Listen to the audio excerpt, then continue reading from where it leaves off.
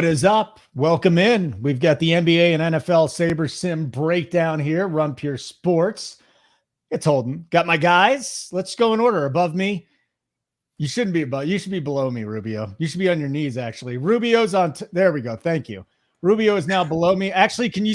Nah, this is fine. This is good. I just want to be able to see the Jimmy Butler emo lucky photo that I had printed out this morning. We've got AP. Wonderful to see AP. I was just telling him this morning, I haven't worked with you in a while. And then DC, who now we only work once a week together. It's like, it doesn't feel like we work very much. I'm sure it's the opposite for you, that the Sunday feels like it's just never going to end, but it's good to even do a show with you too. What's going on, DC?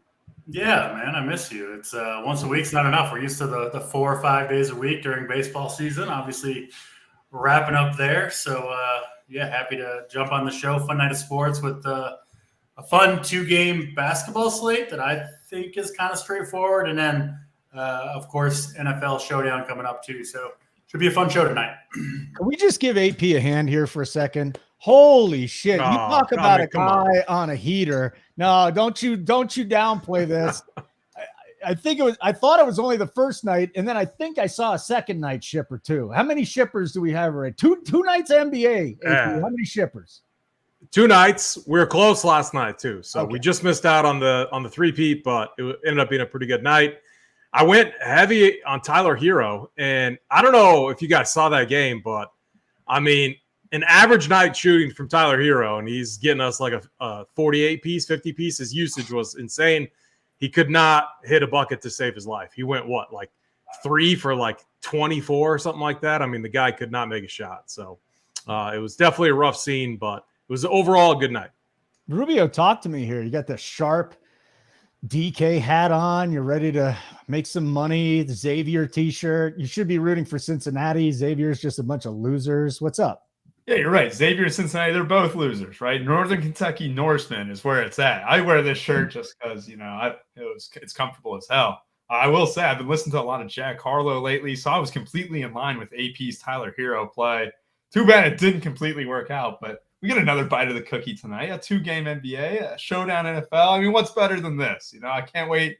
It's good to be on a show with you, Holden, AP, DC. DC has absolutely owned me in the best ball streets with his takes when we did a show last time. So hopefully I can redeem myself now. This has nothing to do with best ball, though, from what I understand. It's just a 2-game NBA slate and an NFL showdown slate. That's the only 2 things that I know. Now, from what I understand, this being broadcast to the worldwide interwebs. So I will say this, and make sure I saying it right, AP, boss man. RPS 15, 15% off, or is it NBA 15? Which code are we going with these days?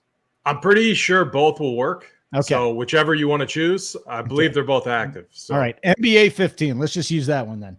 NBA 15, 15% off your first payment, and that includes the Sabersim. If you want to sign up for the Sabersim package, you can still get the 15% off for that. So not only do you get all our great analysts, all our core plays, our playbook, the tournament plays. I mean, we got some of the best DFS players in the world giving their whole player pool. And then you get Sabersim. You can plug that in, you can adjust it, and you basically are playing the same plays that the best players in the world are playing. You just have to figure out how to put the puzzles together and massage Sabersim a little bit. So again, NBA 15% off. We got 2 NBA games that we'll start with, and Philly, Milwaukee, and Phoenix at the Lakers. Now, since Rubio is on top, we'll end up going to him first. Rubio, what I think you should do is put yourself on the bottom since you're the youngest. We should go in chronological order, but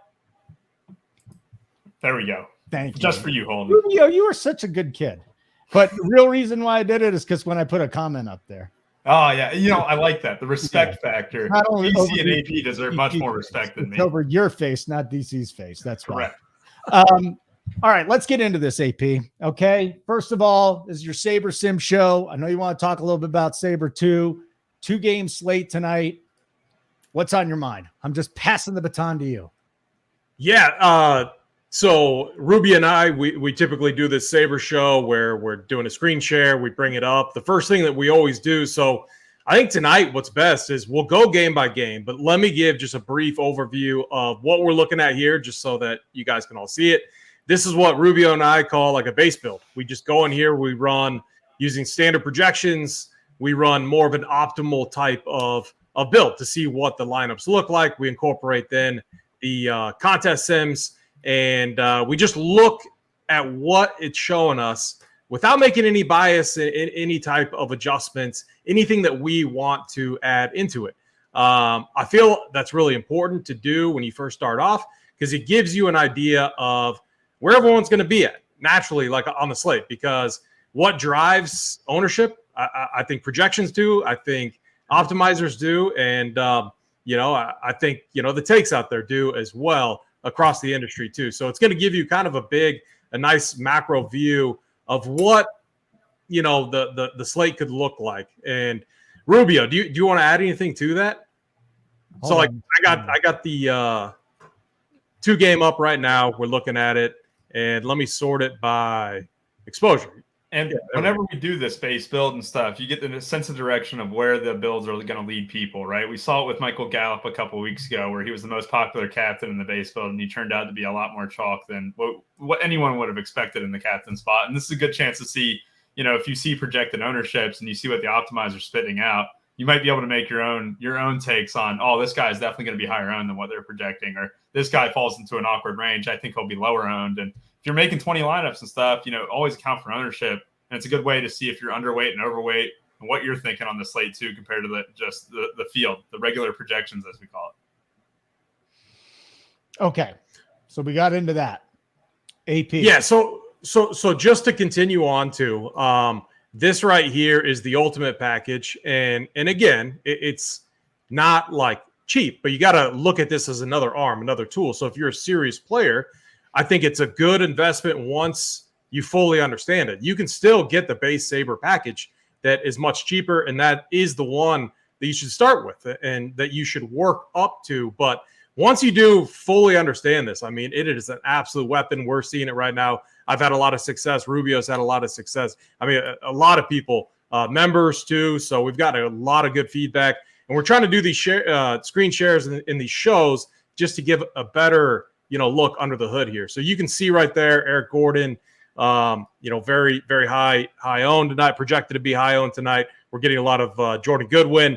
Obviously, there's going to be a really big discussion of what the Suns are going to do tonight, and that's obviously what we're going to break down too.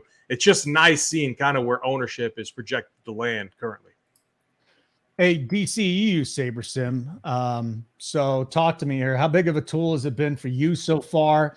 I had Tony and I were texting a couple weeks ago. I'm like, Tony, I'm having a little issue with learning Sabersim a little better. Now I want to play 20 max, not just 1s and 3s, 3 max. And he's like, dude, let's go do a show. And he went slow and he went through it. And I'm not going to say it's going to pay immediate dividends every week, because from what I understand, it's going to take a lot of work to hone the process, but it did pay off pretty quickly. How do you use Sabersim? Yeah, I'm not as expert as Rubio, as AP, Big T, some of the guys here. I certainly use it every day for every sport to look at ownership projections, player projections, all that stuff to build lineups. I'm playing 20 lineups in the NFL flagship tonight. But yeah, I'm still learning along with, a lot of our members, a lot of people watching this show, and frankly, even people that use it all the time. Rubio, I know you've really kind of dove in and somewhat mastered it, but I'm sure you're still tweaking your process and learning every day as you go along too. So I think it's important to, not get frustrated if it doesn't work one night, if you don't have a good night, and try to learn and get better with it every day, because it is a very, very powerful tool. And as DFS evolves, it's important to evolve with it. So yeah, I'm certainly been watching videos, learning from everybody, and trying to get better at it myself. All right, AP Rubio. AP, I'll start with you here.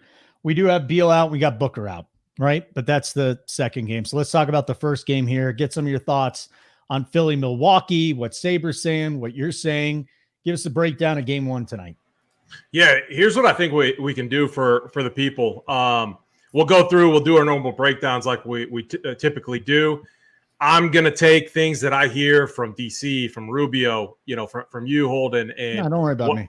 We'll add some bias into it. Is kind of what we call it. We'll change things up to get different, because at the end of the day, we're battling everyone else. I'm battling Rubio, and I'm battling our members and everything. Obviously, we all want to win, and we all want to be successful, but we are battling each other at this. So we'll add some bias, we'll make some adjustments, and when I look at this, so I think this first game is really interesting. You can just see right here, if we look at our game stacks, we are getting an insane amount of the Suns-Lakers game. So I think the leverage on the slate is obviously going to be in this first game. And so if you're a member, if you're a Bets member, you would have gotten my pick the other day. I got on Philly, Milwaukee over 225 and a half. It's now what, 227 and a half, 228, something like that. 227 and a half. When I tailed it, I had to go get a better number somewhere else. Hey, there we go. The reason I like that number is for a few reasons. We don't have Harden. Harden is out. Harden plays slow. Tyrese Maxey, the exact opposite. This guy's pushing pace. He's pushing in transition. And the other thing, too, is the Bucks bringing in Malik Beasley, Damian Lillard. I think it's a hit defensively to them in the backcourt. So I think we're going to see a faster-paced game. I think you're going to see less defense out on the wings and in the backcourt. You still got Brolo, Giannis down low, and then Embiid, obviously, in the paint. But as long as we get what I feel is an average shooting night, I feel this game goes over, and I feel it goes over pretty easily. I also like the pace here. So a couple things on the surface that I'm seeing when I look at this right here. So when I ran this base build, there's a guy that, I think Tyrese Maxey is going to be really interesting. I think if I can get overweight on him, that's going to be someone that I get leverage on relative to where the field is at with him. And he's 7.5K. When you go and look at what he's done last year, where games hard and sat, he was averaging well over 40 fantasy points a game. The other thing that I looked at, and we were talking about in Discord, when Tyrese Maxey was out last year, this was in December, and it was Harden and Joel Embiid. James Harden was typically like priced right around 9K, mid 9K, and his projection was typically in the 46 to 51 range.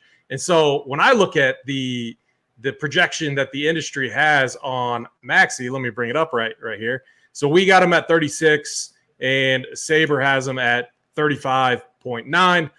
Those are the two projections that we have. If you look at mine, like if I went over to my tab, and we'll do that, when we're done here, I have him well over 40 points. So that's one big stand I'm taking on this slate.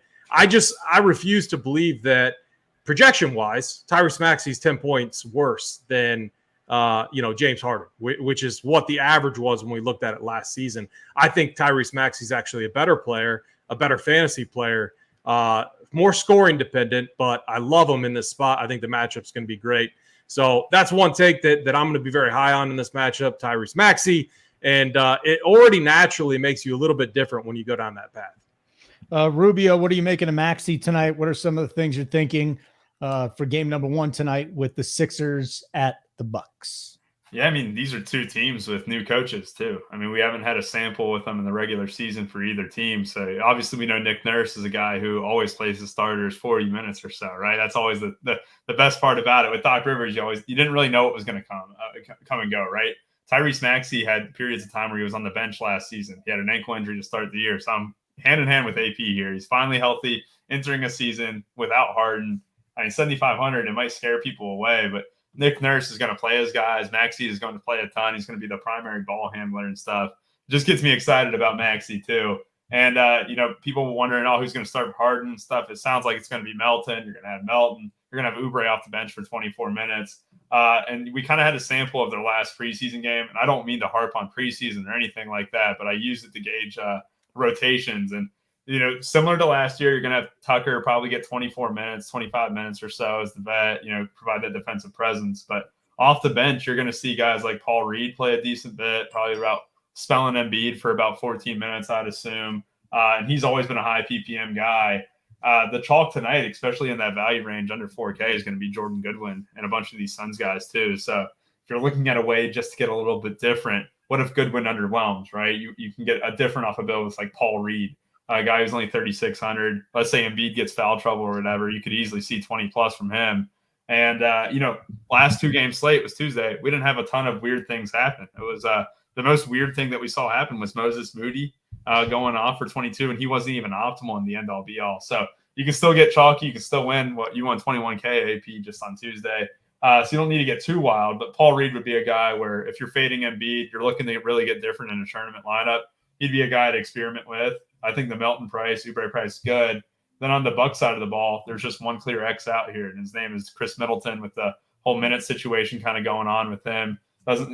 When's the last time he's been healthy? It's been frustrating, but you have a weird situation where Damian Lillard is going to take up a lot more usage than Drew Holiday took into account. Only 9K for Lillard. I think a good way to kind of get different from the field. I think people don't love playing unknowns, and Lillard's definitely an unknown for this Milwaukee team. Rubio, what do you have him projected for in Saber? I got him for 46. I mean, there's a chance that Lillard just comes out and just balls out like it's Portland, and I don't think that's an absurd projection by any means, but it could definitely be a two-way street in terms of usage. So Lillard and Giannis, I mean, those are the 2 guys from Milwaukee, but don't be afraid to go on Lillard. His projected ownership right now is 30. I could definitely see it being less than that. AP, I didn't ask you about Lillard. Damian Lillard, as some people that work here would say. I think that's JT. What do you think of Lillard tonight? What do you have him projected? Yeah, so the thing with the Lillard that I think is interesting is, Maxi's going to push the pace, and I think the Bucks are going to play with some pace here too. So I do think it's a fine spot for Damian Lillard. And when you just think about where the chalk is kind of consolidating at, on the slate, we have D'Angelo Russell and Reeves that are both underpriced. Jordan Goodwin going to get a lot of ownership too. So that's 3 plays right there, all at the guard position. And then we have Maxey. And, so what I'm getting at is you're limited at what you can do at the guard position. So again, Damian Lillard, if you force him in there or if you just get aggressive on him, is another guy that's naturally going to make you a little bit different. So yeah, we already saw there the chalk's going to consolidate in the later game. And I still like the later game too. I still think that you want to, especially in multi-entry formats, you want to get exposure to some of these studs. Dame Lillard, a ton of upside, a lot of unknowns. We don't know from a usage standpoint how it's going to mix up between him and Giannis. I still think when you look at their prices, there's enough to go around. I mean, at the end of the day, guys, this is still Giannis's team, but I think Dame's going to kind of feed off of that, and he's a veteran too. So I don't like. Would I be surprised if he went out and just absolutely nuked? No, not at all. I do think for him, though, he's going to have to get hot from the outside. This is getting in the paint against Joel Embiid is definitely going to be a little bit tougher there. So I like Dame Lillard in tournaments. All right, DC, let's get your thoughts here. Where are you moving in game 1? Who are some of the plays you like? Maybe you can start with Lillard too, because it seems like AP and Rubio a little bit higher on him than some others.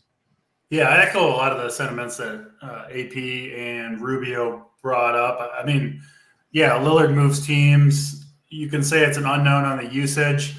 I mean, we got a very good idea of what kind of player Damian Lillard is. I don't think that's going to change at all moving teams to Milwaukee. Yes, Giannis is going to take up a lot of usage, but you got to remember, Giannis does, like you could argue scoring is like the worst part of Giannis's game, right? It's the defense. It's the rebounding, all that stuff is where Giannis really shines. I think the reason they really wanted Lillard is to handle some of that scoring load. So I think Lillard's usage is going to be very high on this team. I think he's a perfectly fine play tonight. I'm not worried about the unknown there. I think he'll hit the ground running with Milwaukee. I have no real reason to think otherwise. So I have no problem with Lillard, with Giannis. I do think the Philadelphia side looks better to me. You talked about Tyrese Maxey. I'm in on Maxey with AP here. I just think, especially with the downgrade defensively with Milwaukee, I mean, they go from one of the best on-ball defenders at point guard in the league in Drew Holiday to, I mean, at least statistically, like the worst in Damian Lillard. So a big transition there. I just don't see anybody really on Milwaukee that can handle the type of pushing the pace, the type of ball skills that Maxey has. I mean, Malik Beasley, Middleton, like none of these guys I don't think can handle Maxey. So I think Maxey's in for a big game. I'll also say this, looking at the Saber stuff, you can make rules, which I like to do. I don't know how much AP and Rubio are into that, but I like tying, maybe not all lineups, but I think there's a pretty strong correlation tonight between Maxey and Joel Embiid. I think both of those guys have to have big games for Philadelphia to compete here. I do worry a little bit Philadelphia maybe get blown out on the road opening night against Milwaukee. Obviously, first game of Damian Lillard, you got Giannis at home, opening night, all that stuff. So I kind of like tying Embiid and Maxey together. I don't know if there's a way to do that. Obviously, you can make a rule, right, where you play them together or not at all. I think that's going too far.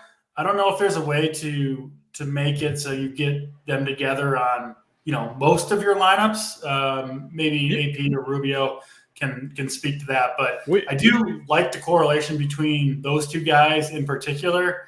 And then, who else? So, hey, DC, real quick, like here's one way to at least look at it. Like I get what you're saying, and you can go and make a rule, but you can just highlight Maxey here, and then you can see, okay, how much Embiid do I have in my Maxey lineups in my 150? Okay. I can see it's just under 50% right there.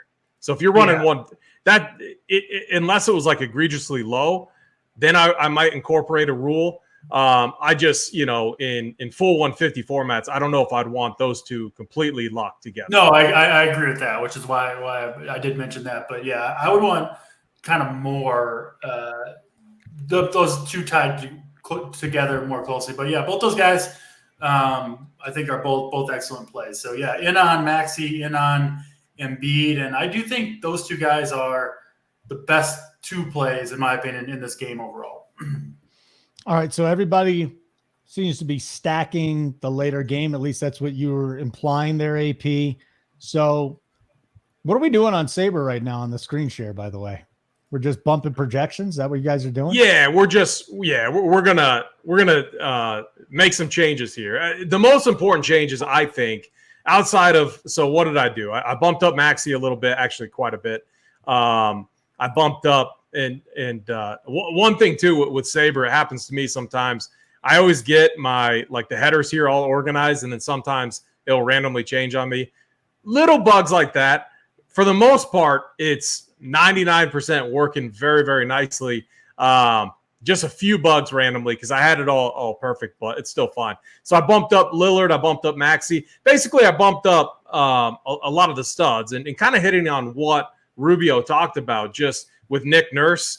We know Nick Nurse. He likes to play a tight rotation. So and then bumping up the backcourt, which includes DeAnthony Melton. I gave him a slight bump there.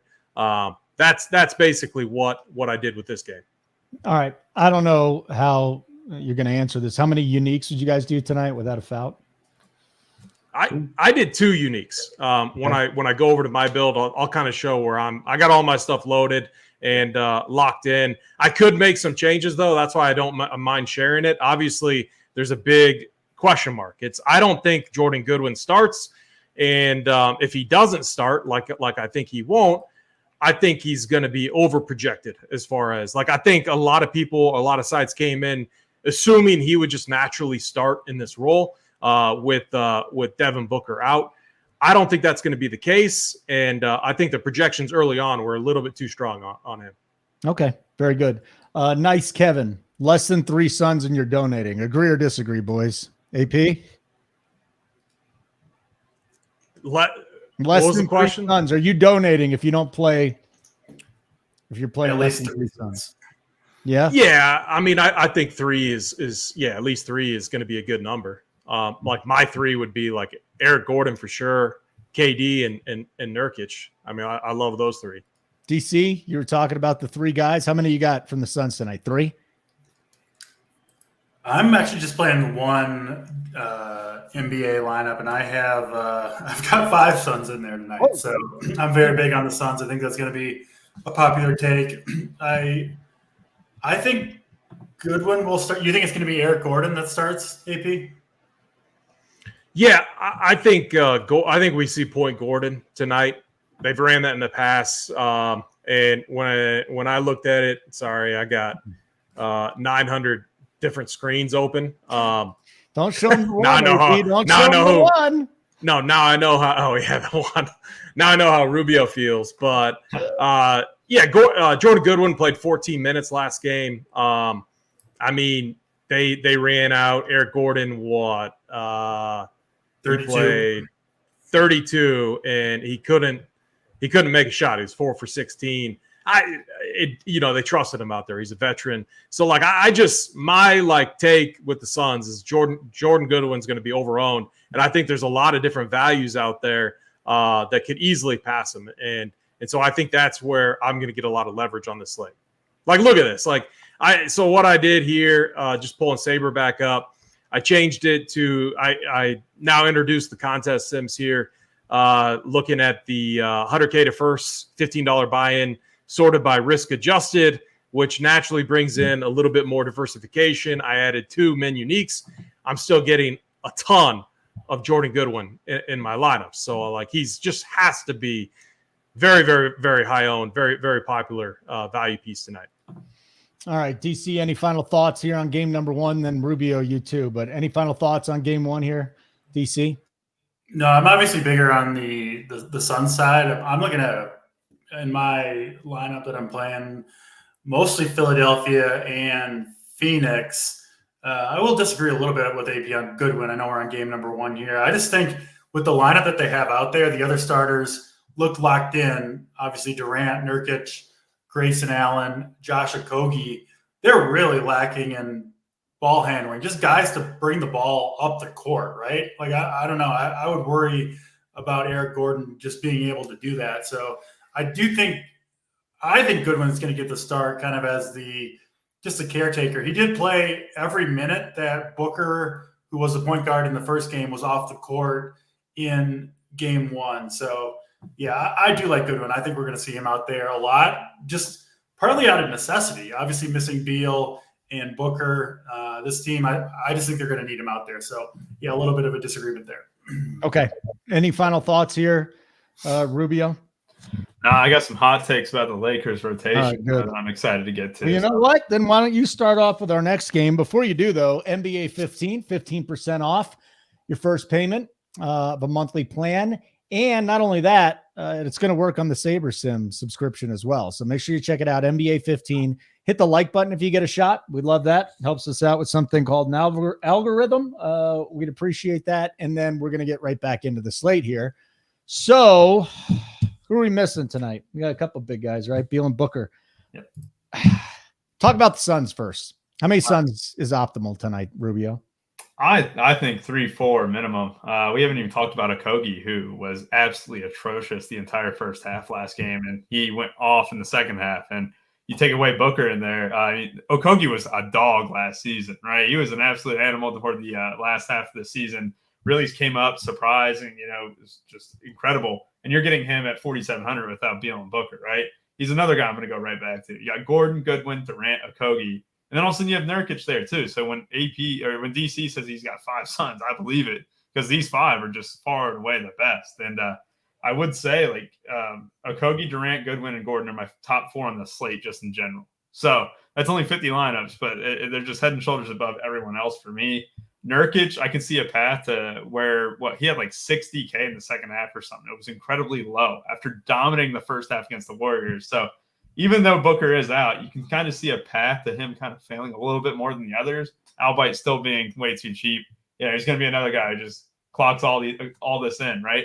Grayson Allen, he's a guy who has been capable of getting 24 or 30, even hitting 6 threes in the first half or something. So you have 6 Suns here I just think are just absurdly better than everyone else.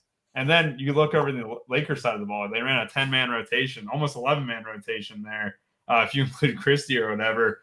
And a big thing was that Gabe Vincent got into foul trouble really quickly. He just hacked Jamal Murray 3 times in 30 seconds or whatever. And what it led to was D'Angelo Russell getting almost a season high in minutes in 36, right? That's just absurd for D'Angelo Russell. The knock on him has always been, he only plays 28 minutes under Darwin Ham. And I think we're seeing the industry completely overproject a guy like D'Angelo Russell because he was very much aided by foul trouble last game with Gabe Vincent there. And you also heard LeBron chirping hey, I can run point guard. I can play point guard and stuff. And to me, I just think D'Angelo Russell's minutes are going to get cut, and not from 36 to like 20. Nah, he's going to go back to his 28 range, but you see in the industry, 32, 33, they're going off one game and they're not seeing the why that happened. And D'Angelo Russell's a guy I'm going to be low on compared to the field, albeit being a good price. I just think his path to getting less minutes is he's being over projected by the industry, and he's a guy I'm low on today. I like that call, Rubio. I mean, it's been the case for Russell his entire career. His minutes have been kind of up and down just because he's a very streaky player. Coaches can get frustrated with him quickly, makes mental lapses. Obviously a talented dude, right? So when he's on, he can get the minutes, but they're not guaranteed, especially when you've got LeBron out there, right? You don't need Russell on the court. So I do like that take on Russell there. AP is KD a lock here with Booker and Beal out? What are you doing with Phoenix tonight? Yeah, so I mean, KD's obviously he's gonna get all the usage. Everything's gonna flow through him. I really like Nurkic too. I like how he looks on this offense. I mean, he was incredible game one. I think he's a much better fit than DeAndre Ayton. Ayton wanted the ball, wanted to score. Nurkic is fine in his role. Like he'll do it on both ends. He can facilitate. And Anthony Davis looked pretty lazy out there in that tough matchup against Jokic. And I'm not going to compare Nurkic to Jokic, two completely different players. But Nurkic is 6.1K, and he can get it going. I mean, this dude was shooting threes. Like, I think Nurkic is a phenomenal play. And, so, like, going back to Jordan Goodwin, though, I mean, we've seen Eric Gordon multiple times, like, run point. Like, we saw it back in Houston. Like, when they had – going back to when they had, like, 6-7 viable players. This was, I think, the COVID days where Eric Gordon, like, played 44 minutes and was the main ball handler. So, I think there's a lot of unknowns. And I just think there are some unique – there's a lot of good plays at the guard position. And if for some reason Goodwin underwhelms, like and I'm talking more of like an Obi Toppin type of under, like Obi Toppin hit 20 yesterday. I don't know. I don't think he was in he wasn't in the main winning lineup, was he, Rubio? Oh, that's a good question. I think he might have been, because I saw a lot of paths. Like my best lineup had a complete snowflake, and I was only 25 points off the top. So I think Toppin was. My main point is I feel like he's going to be mega chalk, and rightfully so. But I think there's enough of a path to be slightly underweight on him because there are a lot of unknowns here. Like you could see, like I think Drew Eubanks and a lot of people might puke at this take, but we know the best matchup for centers has always been Christian Wood over the years. Very good offensive player, horrendous defensively. And Eubanks is going to get that matchup naturally in the rotation if we see a pretty standard rotation there. So I think like a guy like that could almost match Goodwin. If I'm right about the role, like if we get the announcement that Goodwin's going to start and stuff, then this is the later game. I rerun my stuff and I can make my adjustments. That's what I like about bumping up these studs in the first game. I'll get all of my players locked in or whatever, and I can still make adjustments, and I can do that right here through Saber, and that's what I'm going to be doing, and that's why I don't mind kind of showing. I'll show eventually when we're done with this, kind of where I'm at currently, because I can always make adjustments based on what news hits. I think the D'Lo take there is really interesting. He's one guy that I got a ton of, him and Austin Reeves, and mainly it's because of the price, and they're going to be very, very, very popular plays for sure. And so I do think that's a really interesting take. I also think Rui Hachimura is an interesting tournament play. He came in, bricked a ton of shots, but he's shooting, and that's what we want to see from a guy like Rui. Like, is he just going to come in here and not take shots, not shoot? No, he's going to come in and do his thing. If he hits those shots at 4K, he could definitely pay off that price tag. So Rui Hachimura, another value at 4K that I think is really interesting. Yuta Watanabe, I think, is also really interesting at 3.3K. He's someone that they were giving minutes to and had a nice rotation there. So a lot of uncertainty on the Sun side. Like, I think we think we know what's going to happen with these values. The only certain thing that I know is Eric Gordon's going to play a lot of minutes. He's going to chuck when he was in there, even with Booker and KD playing alongside them. He almost, he was four field goals away from, 20 attempts. What's that going to be tonight? Has to be a greater number in my opinion. And I just don't think this Lakers team right now is blowing anyone out. From what I saw against Denver, again, Denver is an absolute beast. When LeBron was off the court, this team sucked. They were terrible. Hold on, you were definitely watching this game. Obviously, They were playing Denver. When LeBron was off the court, they could not do anything. Like Denver right away got an 18-point lead. Hasn't it been like that for a little while though? Or is it just to the max right now? Yeah, I mean, Anthony Davis, it all comes down to Anthony Davis. Yeah. If he plays aggressive and if he is the player that he's capable of being, he could take over a game. We're not seeing that. And Reeves kind of struggled too. I expect Reeves, I'm high on Reeves coming in this year. I thought he was excellent last year. He needs to step up too. My one comment is I was very overweight on Prince on that last 2-game slate. I'm going the opposite route. He was as efficient as he possibly could have been, and now I think he's going to get a little bit too high owned, and I'm going to take a stance the other way and be underweight on it. All right, let me just read the lineups out real quick. We do have Melton in the starting lineup. Sixers, Maxey, Melton, Harris, Tucker, Embiid. Bucks, Lillard, Beasley, Middleton, Giannis, Brook Lopez.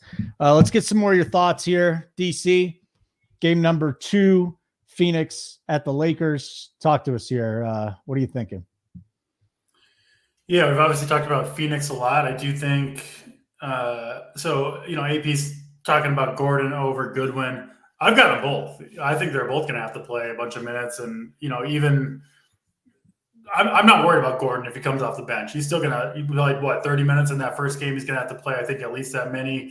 And they're both cheap enough. So I like both those guys. I do think Phoenix, the guys they have left, they're going to have to lean on all those guys. It's not just Durant, but it's also Nurkic, Gordon, Okogie to some extent. So, yeah, I think Phoenix makes a ton of sense. It's not a hot take. A lot of people are on Phoenix, but I just like them way better than the Lakers side who have, they've got a lot of guys who could do it. It could be Russell, LeBron, Anthony Davis. They've got way more opportunity, chance to spread it around than Phoenix does. So give me the Phoenix side. I don't think it's particularly close, at least for me. And then the Lakers, I don't feel that bad fading the Lakers, right? I just think there's way more uncertainty where the usage, where the minutes, the prices are high on LeBron and Anthony Davis. So, yeah, I'm certainly higher on the Phoenix side. And I'm with AP. I think Phoenix, despite being down Booker and Beal, could easily compete in this game. We're going to switch it up to NFL in just a couple of minutes. We will take some questions here on the NBA. I do want to get some final thoughts. I want to mix Saber into this as well. Darren D must have just joined. Do we have a discount code right now on membership? Yes. NBA 15, 15% off first payment monthly plan. And that'll work on the plan with Saber as well. So NBA 15. AP, first of all, who's in control of the screen? Is that you, AP? Yeah, that's me. And what are you doing? What are you doing? We haven't done this with NBA, and it's been a little bit. I got it down for NFL when we do the screen share and everything. So it's throwing me off a little bit, and then my tabs are changing around. So bear with us a little bit. But I was trying to take in, a little bit under on D'Angelo Russell. Stayed pretty much in line on Goodwin. I think it's a fair projection. A little bit over on Gordon. And let's see. I bumped up then the Philly backcourt.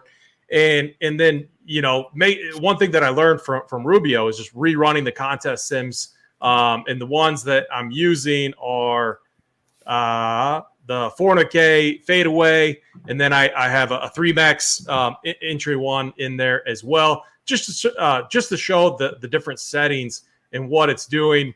You can change uniques, going from one unique to 2 to 3, and let me just bring over. See, this is I have it all set up nice and perfect how I like, and then it continues to change on me, which I don't know why it's doing, but you can see our exposure here. So when we introduce these uniques, you can see what that does to the overall exposure there. If we go up to 5, which again, I wouldn't do on a 2-game slate. Rubio, the max what I did on Tuesday night was 2.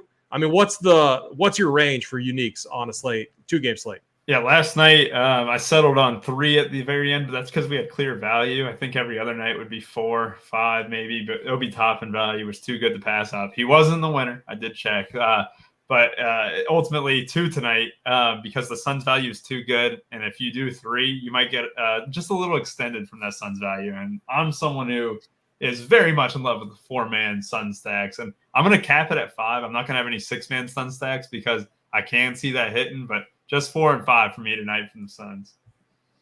Any Beasley from Richie Small. So let me just let me go over real quick kind of how I'm set up currently. Now, again, I'm fine showing this because we have a lot of unknowns, I think, in the later game, and I still have to rerun some stuff. But as it stands right now, and honestly, like one adjustment I'm already thinking about is the one Rubio had. And so you can see I'm basically locking in Eric Gordon. I like the backcourt for the Lakers, but I like what Rubio had to say. And, we got the nod also from DC. So I might consider actually bringing down D'Angelo Russell there a little bit. I have a ton of Nurkic. I have a ton of KD. Maxey, I'm right around 55%. I got Giannis. And then you can see there's other value plays that I'm going overweight on. And my hope and kind of my thought in doing this is, one, it's going to get me down a different roster construction path than the field. If Goodwin doesn't start, I'm just going to bank on him having a non-efficient game and having it be more of the Eric Gordon, KD, Nurkic show, and then, Watanabe and some of these other values that could work in. And that's going to be most likely my one kind of leverage move on tonight's slate. Now, again, if we get news that Goodwin is starting, all I have to do is go in here. I rerun my projections for the game that hasn't started yet. I bump him up, get him, at a much more appropriate number, and I can still make that change. So I'm not like locked into this path right now. I just want to set it up to optimize, what I think is going to happen, which is he doesn't start. And if I get that, if that is what happens, I don't mind being underweight on him. If he ends up crushing and has a crazy efficient game, I move on to tomorrow's slate. So that's kind of my thoughts there. So you can see right there the guys I'm very high on, locking in Eric Gordon, very high on Reeves, D'Lo, Nurkic, KD. I got a good amount of Giannis, and Dame Lillard there too. No Melton.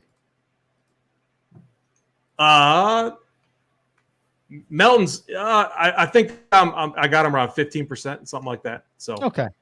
Yeah. And what do you got? What do you think you're going to bump Russell down to in Saber?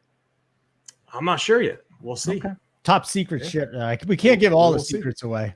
And I want to add one. I guess I have to decide quickly because I'll probably just leave it be. I'm not going to sit here and mess with it because we do got to switch to NFL. Yeah, we got 15 minutes. Yeah, Rubio. One thing, and I know people are going to be debating this and stuff, whether it's Giannis, Joel Embiid, or Anthony Davis. I mean, the biggest thing tonight is that like a guy like Giannis and KD have forward eligibility. So when you're spending up and you need a guy like Nurkic or something like that, Giannis is the top stud tonight. I'm just building all these things, and like Giannis is 10.2K. That's ridiculous. I didn't touch on it before, but Giannis is the clear, far and away a guy I'm going to have along with these Suns tonight, just because he's forward eligible. That's why he gets the tick over Embiid, and including Anthony Davis too. Even though they're all pretty cheap, this Giannis price, I just had to point it out. It's laughable, right? This is 10.2 for one of the best in the world. Just lock it in almost. If you're only doing like 10 lineups, or what, lock it in. I'm going to have 75+%. You got any PJ Tucker? No, I'm not like that. No. Paid the PJ Tucker tonight. PJ Tucker left a sour taste in my mouth when he nuked again in Game 7 against the Celtics and in the first quarter, and that did nothing else the rest of the way. Hurts your feelings. Did someone say they liked Hachimura tonight? Yeah, Bobby Harris. Yeah, I did. Yeah, and AP.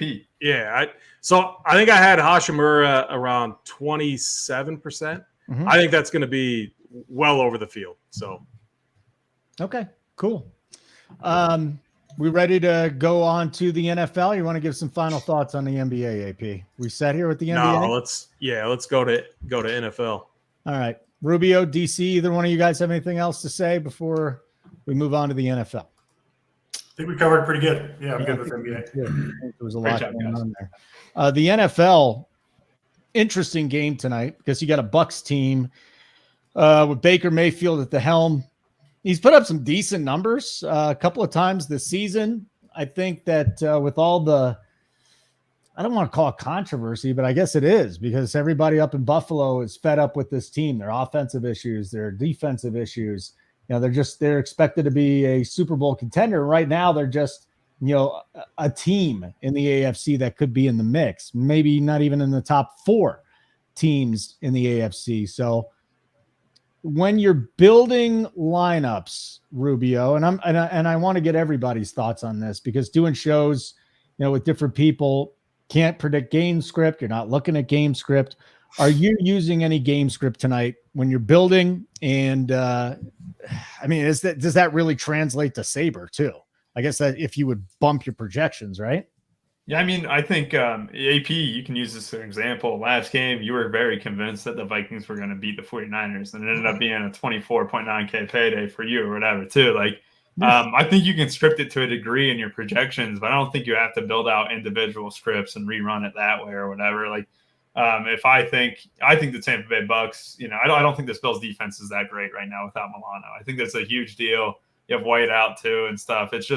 It's not a great spot for this Bills defense. And I know it's going against Baker Mayfield, but I'm going to be higher on these Bucks guys, and that'll probably get me just a tad different. Bills defense at 4,400 is of no interest to me. But they'll probably be owned. They were mega chalk when they were 6K against the Giants or whatever, and now you see a 1,600 price decrease over just a 2-week span. So, I can see how you can script it out to a degree. I would plan more on snap counts and stuff. You saw Dawson Knox being out, they might spread out the offense a bit more, and that's where I'm going to get different. I'm going to overproject these cheap Bills wide receivers, overproject Dalton Kincaid, and then let these Bucs studs hit as they may, because you're going to have Allen and Diggs at the top. So it's going to be a lot of 4-2 Bills tonight, maybe even bringing the 5-1s in play. Ooh, 4-2 5-1s. DC, you're shaking your head up and down. Yeah, 4-2 5-1s. How's this game going? Yeah, I think that's right. So good weather in Buffalo tonight, about as good as you could hope for in late October. Won't be windy, won't be cold, all that stuff. So the passing attacks should go off here. The Bills defense, man, coming into the year, one of the more talented defense, but they're banged up, right? They've lost 2 of their best players. They've lost some other guys. They made Mac Jones last week look about as good as he's looked in his NFL career. 364 total yards to New England. You have 317 to that bad Giants team, almost 500 to Jacksonville, almost 400 to Miami. You can move the ball on this Bills defense, and Baker Mayfield and the Bucs attack has been okay. So I think you can expect pretty good games out of Mike Evans, Godwin, maybe some Cade Otton. Their running game, the Bucs running game isn't great, but it should be mostly Rachaad White, even in a trailing game script if it comes to that. So I don't mind mixing in those Tampa Bay guys, but it is the Bucs or the Buffalo side that I like better. Stuff on Diggs, you're just watching the Bills. Obviously, it plays out in the numbers too, but Allen loves throwing the ball to this guy. He's my favorite captain by a decent amount. I do think Dalton Kincaid, who's obviously going to take on, I think, a bigger role with Dawson Knox out. He's played pretty well so far for a rookie tight end, 8 of 8 on targets and receptions in last game. And I have no problem captaining Kincaid. He does allow you to get in, Diggs, Allen, Evans, can get in all the studs with him. So, yeah, I think a somewhat straightforward build. We really haven't seen the super cheap guys get there very often in Showdown this year, and I think that's going to continue to be the case. So I think we're going to see points in this one. I like this game to go over the total, and I think I think the studs really on both teams show out here. So Kincaid captaining him does allow you to get in, more of those guys, and I do think that's a potential route to the top tonight. AP, let's get your thoughts, buddy. Mr. Heater right now. So I got a question for you though, Holden. You said you can't build out game scripts, or did I hear you wrong? No, I think I do shows with JBC and Stats. I do shows with you. I do shows with a whole bunch of other people in the industry. And I would say at Run Pure Sports, not the industry. I guess. Yeah, they're just we don't build game scripts. We just go by the best numbers and we plug in numbers. Now, I don't think that there's one right way to do it because you've won your way, they won their way. I got that now. No, and that makes sense. And there are so many different ways to do it. Yeah. I guess I've had more success when I do kind of filter in game scripts. But what's helped me is just Sabersim and the and how the contest sims work. It naturally helps to make me a little bit more diversified. Like I like Bills onslaught stacks tonight. Like I think the Bills crushed them, and that's what I'm rolling with. So like if you just look at the last two games, I mean, I think it's just a standard bounce back spot for Josh Allen and the Bills. I know they're missing pieces, but I think this Tampa Bay team is not good at all. I mean, they put up 13 points on the Falcons, 6 against the Lions. Anyone knows me knows that I think the Lions are the most overrated team out there. I know I get a lot of hate for that, but it is what it is. That's what I think. And we saw them got smashed. They got smashed last week, absolutely destroyed by the Ravens. So I'm going with Bills onslaught builds tonight. But first, let me kind of walk through what I did here. Again, the base build that Rubio and I talk about, sorting it by highest projected. And I just like seeing in 150, what my captain exposure looks like. So I'm getting a lot of Diggs, a lot of Allen. This actually aligns with what I'm doing tonight, so that's fine. The other thing that stood out to me is, and I don't know what you guys think, but I think it was the kickers and the defenses just seemed a little bit higher price there. And we have some nice skill position players that I think are very much in play. So one, just in doing my game breakdown, looking at matchups, one thing that really stood out to me, wide receiver threes or secondary wide receivers have had a ton of success. The Bills rank 30th and Tampa Bay ranks 31st against those two positions. So who am I talking about? I'm talking about Hardy, Shakir, and Trey Palmer, the stud out of Nebraska, LSU than Nebraska, but the guy is a legit stud. All those guys are priced lower than these kickers and priced lower than the Bills defense. So one stand that I took on this slate is getting overweight on those skill position players, the wide receiver 3 position. That's naturally going to make me pretty unique. One thing that I've done is I don't like a lot of people like X out 5-1s and or 3-3s. I've just gotten away from that. Like if you're against like building in game scripts, then why are you changing? Like why are you manipulating it even further and like eliminating 5-1s? Like I do the optimal lineup study every single day. I'm looking at these things, and it's insane how much I see 5-1s hit. So like it blows my mind. So I'm never eliminating them. We saw it hit on Monday, and I was very aggressive on 5-1 builds with that slate. Tonight I'm not all in on 5-1s and 4-2s, but I am pretty heavy. Actually, I could probably just look it up, switch over to where I'm at. One thing that I like about Saber too is you can see. So these are the lineups I ran. I got 55% 4-2s, and they're going to be pretty much all Bills 4-2s, and then 5-1s, 30%, and then 16% 3-3s. So you like Cook tonight? Let's talk about Cook. He's been in and out, coming off a nice game after a couple of down weeks. No Vita Vea tonight. What's Cook doing for you, AP? Yeah, I mean, I'm more high on like Bills onslaughts. I'm high on Josh Allen, Stephon Diggs. I have a ton of them in the captain, so here I can might as well just share kind of where I'm at tonight. So I am 54% Diggs, 28% Josh Allen, and then Kincaid, and then so I have no Cook in the captain spot, but I'm sure I got him in the flex spot there. But yeah, I mean, my one issue, I guess, and I'm curious to see where these guys are at, but you still got that timeshare. So that's kind of why I'm not as high on him. I think we're going to see an epic Diggs to Allen connection tonight. And if you look at what wide receiver ones have done against Tampa Bay, they put up phenomenal numbers. I think it was A.J. Brown, 9 catches, 131 yards. Justin Jefferson, 9 catches, 150. Amon-Ra St. Brown, 12 catches, 124, 1 touchdown. So I'm very, very high on that connection between Allen and Diggs. Defense kickers, AP, thoughts? Yeah, I think I am. Let me just pull it up. So I got 24% Bills And then I got to be under on the kickers. So 6% Tyler Bass. And so you can see here, like Shakir, introducing him, I'm under on Baker, very, very underweight on Baker. That if we get a lot of points, like if the game goes over, I'm probably moving on to the next slate, and I'm fine with that. I'm building according to kind of what I think is going to play out tonight. So there you go. I have 30% James Cook just for you, Holden. Oh, 30%. That's a lot. But you can see I'm basically locked in on Josh Allen, Stephon Diggs. I think my overall exposure to him is probably 100%. I don't think there's anything wrong with that. DC, kickers, defenses, some of your top plays here. And can you start with James Cook? Yeah, looks like I'm pretty much right on the field on James Cook. Just 4 captains for me tonight. Diggs leading the way, and then Kincaid second for me, Allen third, and Mike Evans, the 4 captains I'm using in my 20 lineups. James Cook looks like I'm right about the field. We got him, at 30%, I think. Field should be in flex for James Cook. That's where I'm at with him. Defense and kickers.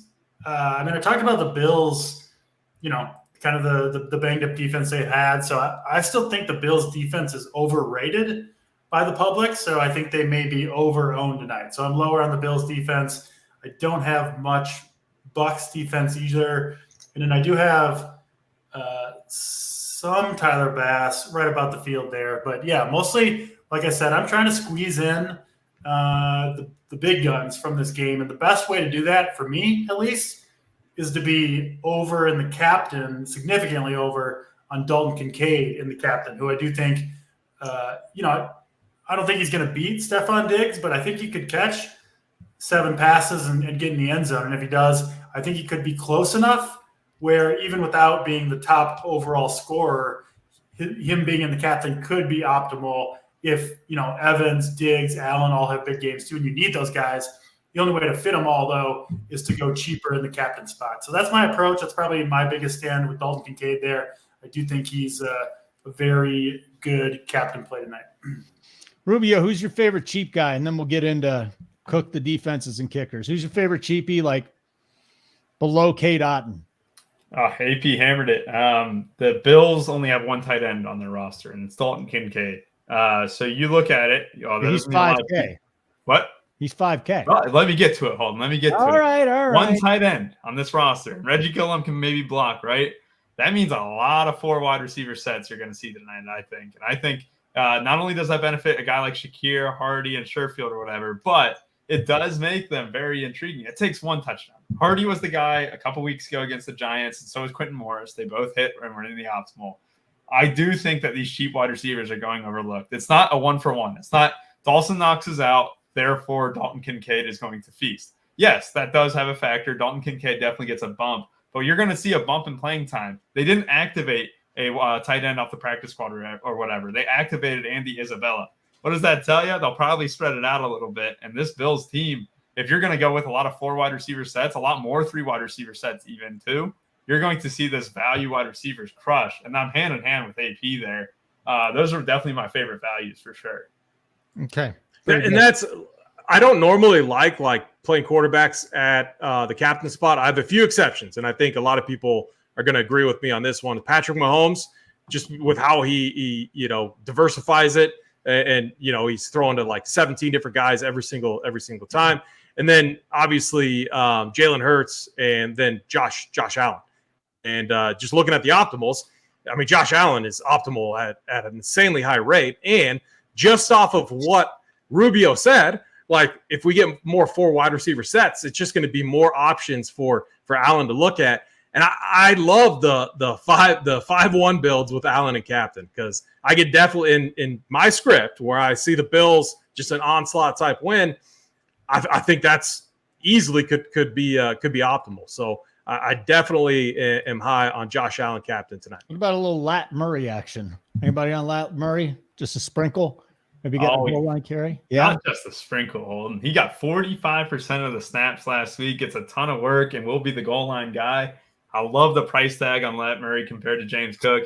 He's one of my favorite leverage options because James Cook was very chalk against the Giants a couple weeks ago. I don't mean that, it's not 1-for-1. It's not, a Bill slate just going to be like this again. But people see an RB1 on a team that is almost a double-digit favorite, and they gravitate toward him, when in reality, it wouldn't surprise me to see Lat Murray get more carries than him tonight. More carries. It wouldn't surprise me. I think it's got to be a blowout for that to happen. I don't even think so. I think, like you saw it, they wanted to use Harris, Murray, and Cook. Cookie looked Now we good only have last two running week, backs. though, for the first time in a few weeks. Who? Cookie. James Cook. He got the touchdown last week, the 8-yard catch, right? I just think that the pricing difference here is not like represented at all. I think Murray's going to come in even lower owned than Cook, despite having almost the same role in my eyes. And Cook does have a better floor. I can't get me wrong there. But this Murray price is a joke, and he will definitely be over owned for me. All right. Hey, Rubio, quick question for Rubio. Sorry to just cut in. Like Sherfield, I feel like where do you have Sherfield at? So I had him right at 22%. It feels a little high. Like I like that. I haven't ran my team. I just got finished with NBA. However, I do want to mention this. Shakir led the snaps last week over Hardy for the first time. It went Shakir, Hardy, and Sherfield, but they all were very much in a tight cluster. So you can project them almost for equal playing time. I gave Shakir just a point boost over Hardy and Sherfield, but kept Hardy and Sherfield the same. I think Sherfield's the one who goes completely overlooked, AP, because he's got no game log. Hardy does. Shakir does. Sherfield's got no game log, so he's going to be our ticket tonight. I like it. Sherfield. All right, I'm not going to change it then. Sherfield over Hardy.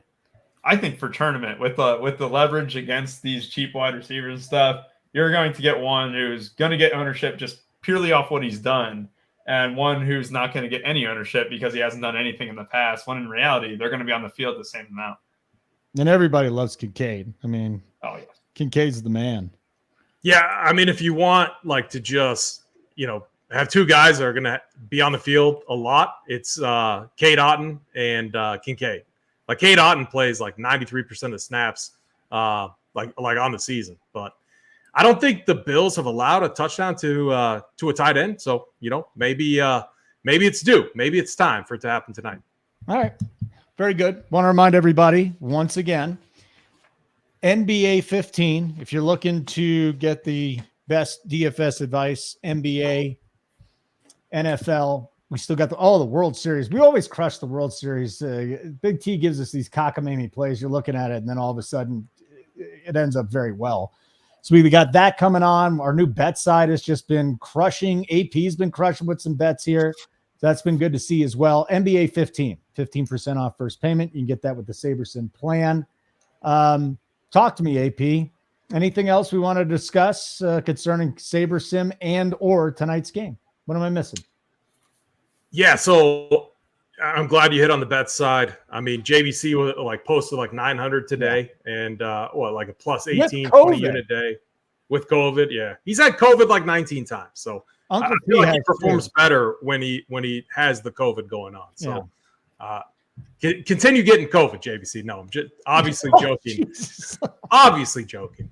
No, hopefully he gets better. I mean, winning money like that sure helps for sure. But yeah, no, I got my NBA bets posted. There's I think tomorrow one thing, and I've debated this with a lot of people. One of my strategies with NBA, and there's some risk associated to this, but when I see the line and when I feel it's way off, I am firing. And I look at rotations, I look at injuries every single day in the morning and at night, and so I have a good idea of who's going to play and who's not. Yeah, it's the NBA. Things can happen, things can change, but you can take advantage of some insane line movements. You see it every single day. Like I think tomorrow, the Cleveland game, I think that line is off by 5 or 6 points, and so it would not surprise me if we see that type of adjustment. And a lot of that is look what the Cavs are doing right now. They have one center, and they're playing like a 5-out, and they're letting Max Strus just absolutely fire. None of us saw that happening the other day. I don't think that changes. I think they go right back to it tomorrow. So it's just little things like that can help to get you a greater edge for sure. AP, my final question for you: does Buffalo cover the 9? Yeah, I think they smashed tonight. So I went very heavy on that play. Good. DC, talk to me here. Final thoughts: DFS, NBA, NFL betting. What do you want to say? Yeah, I think we see a shootout tonight in Buffalo between the Bucks and the Bills. my lineups will reflect that for the most part. And yeah, should be a fun game. So fun show today. Learned a lot. Run through Saber, all that good stuff. And we'll be back tomorrow, AP, right, for another big NBA slate on Friday. Should be fun. Yeah. J. Ruff, that is not my cat. That is Jimmy Butler. That is emo Jimmy Butler. Today I went up to Walgreens. I printed it out. We're going to have a good night tonight. That's all I got to say. And every time the Heat play, we're going to win money. Yes, Rubio. Here's my guy. What up, Toro? It's never going to happen. He's my second favorite heckler behind B Nair, by the way. Rubio, final thoughts. I think it's going to be a good night. Hoping that the NBA streets are going to be fire when it comes for the second game, and then NFL wise, building out my teams right now. Got Lat Murray over projected, Dalton Kincaid over projected, and these cheap wide receivers. Devin Tompkins is a name I want to throw out there just because he has the same role as Trey Palmer, has 15 targets over his last 4 games. So don't want to hate on him below that 2K range as well. And yeah, I'm with DC. I think there's points here, and I think Josh Allen and them are going to have to come out with a fire under them too. I just think that you hear all this talk about the Bills maybe losing step. They scored 25 points against Patriots, lost it to Mac Jones. Look, just think what you said, DC. You had it exactly right. They made Mac Jones look really good, and we know Baker Mayfield's not a superstar or anything like that, but Baker Mayfield's every bit as good as Mac Jones has been this season, and we get Chris Godwin, who's very cheap for his price. You get all these other options, Rashad White and stuff, but the one guy who's giving me fits right now is Cade Otton, just because it was a very good matchup for him last week. The Falcons have been very kind to tight ends. It gives me hesitation here because he has not been very good all season, and he's going to be popular. So I might get a little bit different. I might even go Shakir straight up over him or one of those Bills wide receivers just because I just get scared. I don't think he has much upside tonight. Hey, Rubio, Myers in the premium chat wants to know if you're creating any groups for the cheap Bills wide receivers. I got them projected pretty high, so no groups. I'm gonna see what it has. What I can do is after I get done in Saber too, is I'll subtract and see how many builds I have without a cheap wide receiver. It might hit a little bit more just because I'm high on Lat Murray and Kincaid, so it might not need a real cheap piece. But in lineups that it doesn't have Murray or Kincaid, I just can't see those guys not hitting. All right, very good. Wonderful. It's a good team tonight. Let's go win some money, whether it be in the NBA or in the NFL. I don't know did Snyder make an appearance yet or not? Like we got to run here. We got to bring up the banner real quick. Snyder shoulders. Yep. Yeah, we got look at that. I mean, every time we do this, we ship. I mean, look at that guy. Look at that face. There we go, Snyder. My favorite part is that like DC always smile. We can be doing this in 10 years. DC's always going to smirk at it. He's just always gets me every time. It's true. Every freaking time it gets him. We got to get Jimmy time up here. That's what we need. All right, guys, great stuff. Subscribers, get in the Discord right now. Ask away. We've got everybody in the Discord to help you out. If you have not subscribed yet, make sure you use the code NBA15, 15% off. First payment of a monthly plan, and not only that, it can be used on the Saber plans as well. So make sure you get in on that. AP, it's good seeing you, man. DC, you too, Rubio. You too. Always good hanging out with you, pal. You guys take it easy tonight. Win in the NBA, win in the NFL, and as always, keep running pure.